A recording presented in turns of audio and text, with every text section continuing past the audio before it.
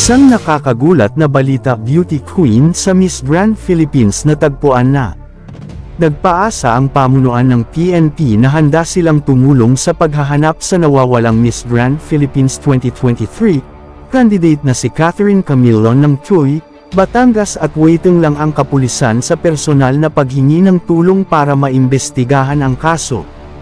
Si Catherine Camilon, 26, ay isa ring public school teacher. Sa pahayag ng pamilya ng beauty queen, huli itong nakontak noong ika-12 ng Oktubre bandang alas 8 ng gabi. Umuugong din ang balitang natagpuan na di umano ang dalaga, ngunit sa ngayon ay kinukumpirma pa ito ng mga awtoridad. Nag-aalala ang pamilya sa kaligtasan ni Catherine na hanggang ngayon ay naka-off ang cellphone nito.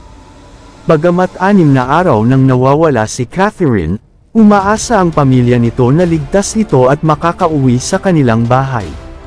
Ibinigay rin ng pamilya ang gamit na sasakyan ng kandidata na Nissan Juke na may plate number NEI 2990 bago ito nawala.